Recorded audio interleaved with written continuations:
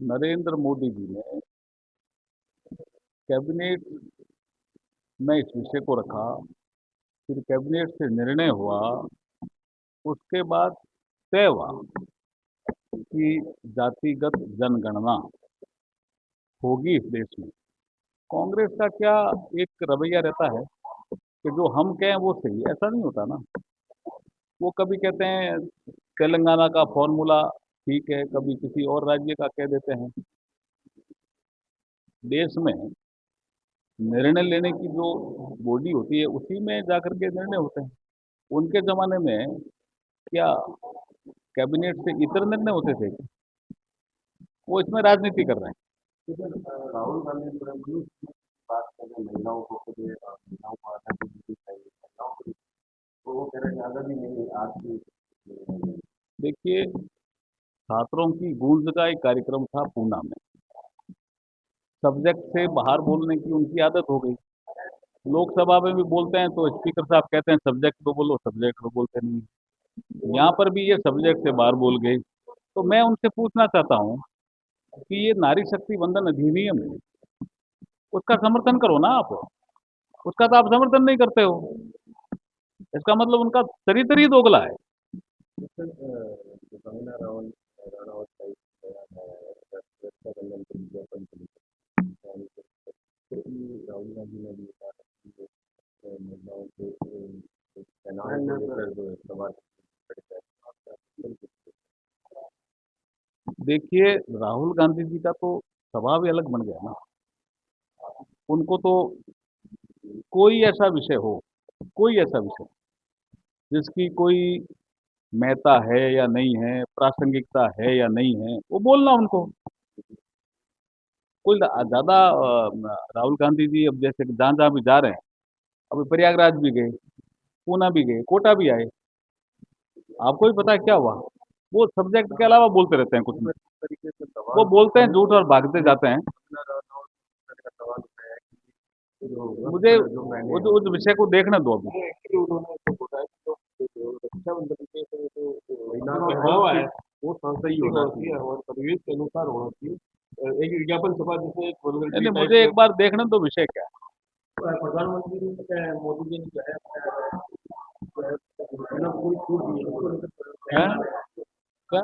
पूरी छूट दे रही है पाकिस्तान और जो है हिंदू को लेकर जिससे महिला को दिक्कत देखिए, वो तो कई बार बोल भी चुके हैं। यहाँ जब देशमुख आए थे, उसके बाद फलाना मीटिंग थी, उस समय सारी चीजें उन्होंने क्लियर की है। प्रधानमंत्री जो है फ्लैट मुक्त भारत मनाना चाह रहे हैं क्या है वो? देखिए, जैसे भारत नक्सल मुक्त भारत बना, ऐसे ही भारत को नशा मुक्त भारत बनाने का भी एक अभियान है। और ऐसे भी जो देश के नागरिक नहीं हैं, उनकी पहचान होनी चाहिए, ये विषय। मोहन भागवत जी का न्यू ईयर में जो कार्यक्रम हुआ उसको लेकर काफी विरोध हुआ क्या तरीके जो मेयर का जो प्रोग्राम था वो नहीं, कोई आदमी कहीं जा सकता है, क्या विरोध? क्या कोई आदमी कहीं जा नहीं सकता? क्या कांग्रेस का विरोध है क्या?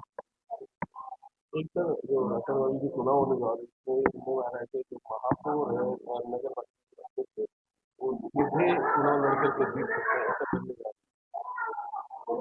क्यों करने जा रहे हैं? रहे हैं समाचार पत्र में न्यूज होती है अगर महापौर पहले जीत जाए उसके बाद में बन जाए बाद में वो चुनाव लड़ते हैं ये तो उनकी सरकार तो है नहीं। वो सब ख्वाब देख रहे हैं, ख्वाब देख रहे होंगे। का ही आरोप है शुरू नहीं होती है अब प्याज भी महंगा होने लगे ड्राई फ्रूट भी बहुत आज भी खबर आई विपक्ष फिर इस पे राजनीति कर रहा है। हमारे प्रहलाद जोशी जी ने प्रेस कॉन्फ्रेंस करके इस विषय को एकदम क्लियर किया है।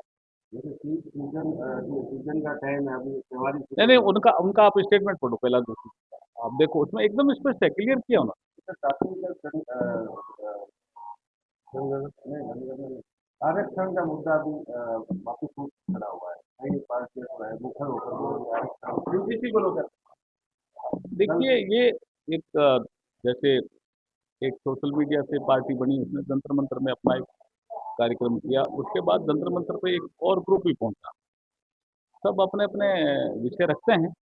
सरकार संवेदनशील है, सभी विषयों को ध्यान में रखते हुए जो देश हित में होगा वो निर्णय सरकार करेगी। राजनाथ सिंह ने कहा है कि जो आरक्षण आज तक कोई वही काला पैदा नहीं है जो आरक्षण खत्म हो देश हित में जो होगा वो निर्णय करेगी। आरक्षण जो है मोदी सरकार खत्म करने में लगी। अब वो तो झूठ बोलते हैं जी, कब से बोल रहे हैं, 2014 से ही बोल रहे हैं। अच्छा, नरेंद्र मोदी जी तो गुजरात में मुख्यमंत्री है, तब से ही झूठ बोल रहे हैं तो।